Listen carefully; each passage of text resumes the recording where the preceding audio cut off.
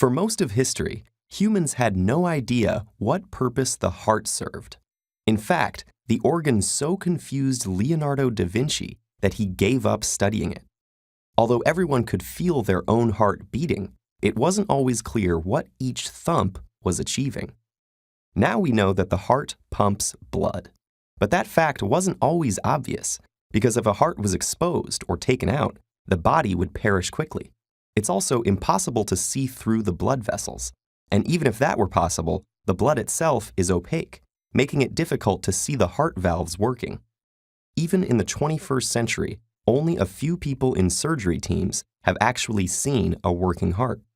Internet searches for heart function point to crude models, diagrams, or animations that don't really show how it works. It's as if there has been a centuries-old conspiracy amongst teachers and students to accept that heart function cannot be demonstrated, meaning that the next best thing is simply to cut it open and label the parts.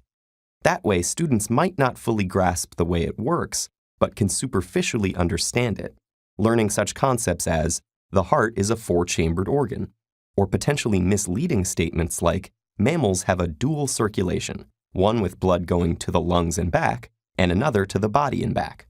In reality, mammals have a figure-8 circulation. Blood goes from one heart pump to the lungs, back to the second heart pump, which sends it to the body, and then back to the first pump.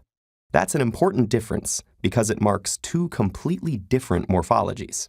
This confusion makes many students wary of the heart in biology lessons, thinking it signals an intimidating subject full of complicated names and diagrams.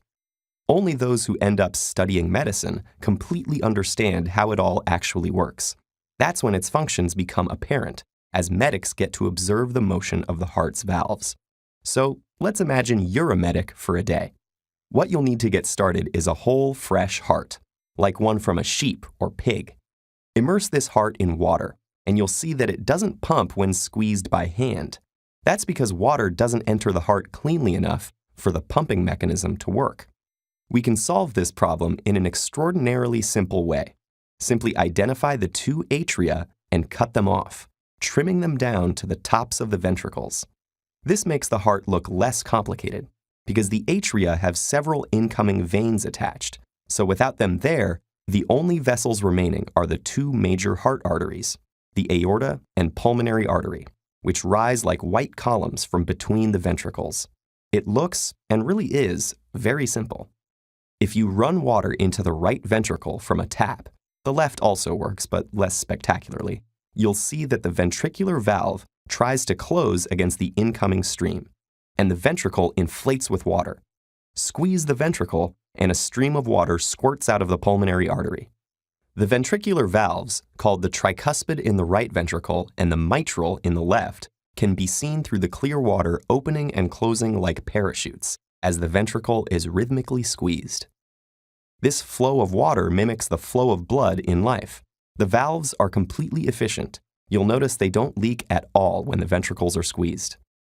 Over time, they also close against each other with very little wear and tear, which explains how this mechanism continues to work seamlessly for more than 2 billion beats a heart gives in its lifetime. Now, anyone studying the heart can hold one in their hands, make it pump for real, and watch the action unfold. So place your hand above your own and feel its rhythmic beat.